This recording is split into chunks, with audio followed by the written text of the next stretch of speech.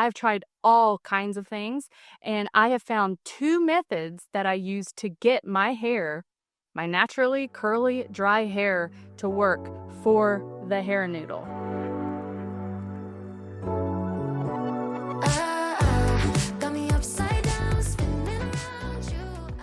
Hey, welcome to my Feral Beauty channel. If you're new here, I'm Kirsty, and I just talk about girly stuff, so if you like that, subscribe. As a girl who has had curly, dry, crazy, frizzy hair all of her life, heatless methods that work for other girls do not work for girls with curly hair. Has to do with our texture, has to do with the fact that curls just have a psychotic mind of their own half the time. I've tried all kinds of things, and I have found two methods that I use to get my hair, my naturally curly, dry hair, to work for the hair noodle. If you guys haven't seen this before, this was all over social media. People were like, oh, I get easy curly hair. All I gotta do is I clamp this on my head and I wrap my hair and sleep, and then I'll take it out. It's beautiful. But that's not how it works for curly-headed girls. But if you have any kind of hair, curly hair, straight hair, wavy hair, whatever, and you want this heatless noodle method to work for you, like I did when I first saw it, today, this video will show you how to get it to work for you. I have figured out two different methods I like using that give a bit of a different result. Typically, this is just called a heatless curl set, but I like to call it the Beaut-O-Matic 5000. I actually have a kit here that I bought for my mother because I enjoyed it so much, so I bought this for her as a gift.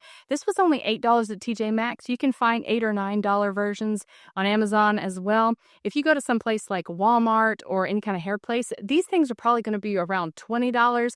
They're going to say that they're made of better material, but I have found I really like these cheap flimsy ones because they're easier to sleep on. So you don't have to spend a ton of money on these. I will link a cheap one down below. Different kits come with different things in them, but in general, when you buy a Beaut-O-Matic 5000, you're going to get a noodle, a clamp for your head, 2 silk scrunchies, and maybe some other clamps. You can see on the back, it gives you these basic straight-headed girl instructions. We're going to modify this a little bit for curly hair because I actually wanted to show you guys me using this. I recorded several different videos and I'm going to mush them up here and try to give you a run through of how I wear my hair with the Beaut-O-Matic 5000. If you try to use the Beaut-O-Matic 5000 while your hair is wet, especially if you have curly hair, it's not going to be dry by the morning. You're going to take it out, it's going to be wet, and because it's still in the process of drying and taking shape, it'll then frizz out because you're not going to be using all the gel and stuff that you would have used if you were using your normal curly hair routine. So get out, make sure it's moisturized, dry it thoroughly, then you're going to brush it out. And what I suggest is if you are brushing out your curls, I know it's kind of like a rule, we don't brush out our curls, but if you got to brush out your curls, use a wet brush. The brush has this little ventilation thing on it, so it will actually help your hair to dry a little more, probably down at the root if you use a wet brush, but also the bristles have a little more give in them, so it's going to be kinder to your hair as you're brushing out your curls. Well, what you're going to be left with is big, crazy hair. You're gonna have like a gigantic afro because all the curls are gonna be brushed out, but that's fine. There's a lot of people when they use this, they just set it on top of the head and then clip it in place and then braid the things down. I don't like doing that because if I do that, I don't know if it's because of this cowlick or what, but my hair is very flat on top and just whooshes out at the sides. I like having a little height to offset this Tyra Banks' forehead. So what I will do is brush a section forward, wrap it around the noodle, roll it to my head, clamp that, and then get to French braiding my hair into the noodle. And what I mean by French braid my hair, I'm going to show you this as I'm showing you this in another video.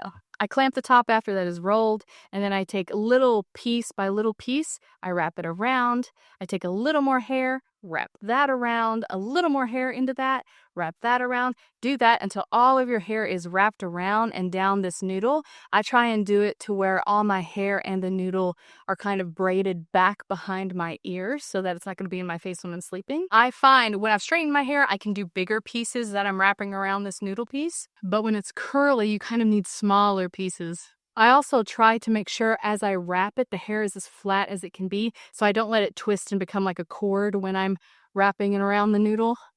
I use my 2 fingers to kind of pull it out and then go kind of as high as I can around, nice and tight. And then as you do in a French braid, I'm going to take a little more, flatten it out, fold it over that again. And I'm going to keep doing that. I'm going to kind of braid it all the way back here so it's behind my ear. I have found this is the most comfortable way I can do it and still not be disturbed while I'm sleeping. When you get to the last strand of hair that you have back here, wrap it, and then the whole cord that you have of your hair, keep wrapping it and try to keep it as straight as possible. So I like to grab it with 2 fingers and fold it around. Switch hands so I can keep it from twisting on the way down. Hair in my mouth. Another pro tip that I have, even though most of these kits come with little silk scrunchies you can put over your hair, if you have crazy curly hair, your hair is invincible, and this is no match for it. So I use normal ties. I try to get the extra thick ones. So I will braid the hair down on each side. I will hair tie at the end. If you look like a pharaoh, you know you did it right. And then there's an extra step to keeping invincible hair tight, because one of the keys to using the hair noodle is that your hair has to be tight. Not uncomfortably tight, but tight enough where your curls know they're going to have to submit if they want to get out of this alive. Now that I've got it like this, you can just sleep on this. There are people that do. This doesn't work for me. My hair is invincible. So in order to keep it tight and to keep things from falling out and shifting overnight, I'm going to take these. I'm going to go back to one of those silk scrunchies that came with the kit. Take these ends. I'm going to twist them once or twice, whatever makes it tight enough to my liking. And then I'm going to bring them behind my head and ponytail them. I have this look like one of those powdered wigs people back from like the colonial days. I'm like, pow, guilty. That's going to keep my hair tight all night long. And again, not uncomfortably tight, just tight enough to where this is going to work. Sometimes I will then spray it with a little bit of hairspray, or I might do that in the morning if I feel that my hair needs it and might be a little frizzy or stubborn that day. But most of the time I don't put anything in at all. Maybe just some extra oil after I take my hair out. The key with working with naturally curly hair, whether you are straightening it or leaving it curly, is to get enough oil. Get enough oil in your hair. So that's how I do my curly hair. But there's another method that I've really started to enjoy as well. It's the one that I used for this. If I want really smooth curls like this, these are not my natural curls.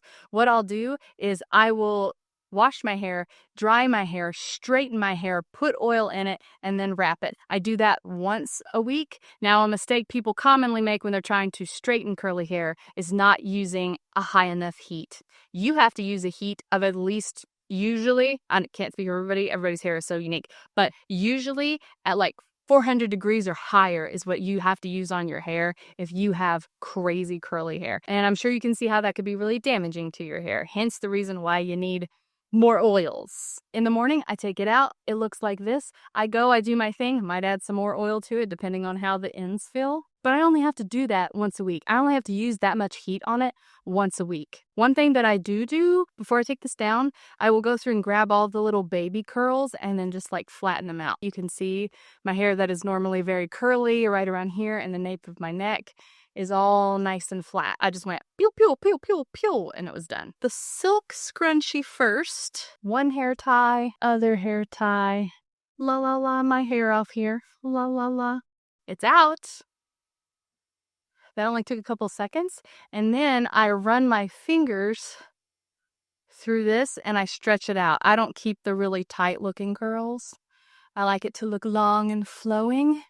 You can see my hair has minimal frizz to it because I flattened it. My hair kind of sits weird. I flip this piece of hair back and forth until I find something that works for me. But look at all the body in that hair. And because we wrapped the top rather than just clamping it on, it gives it a little bit of lift. And you can give it more lift with some hairspray or whatever. But y'all, do you see how easy it is?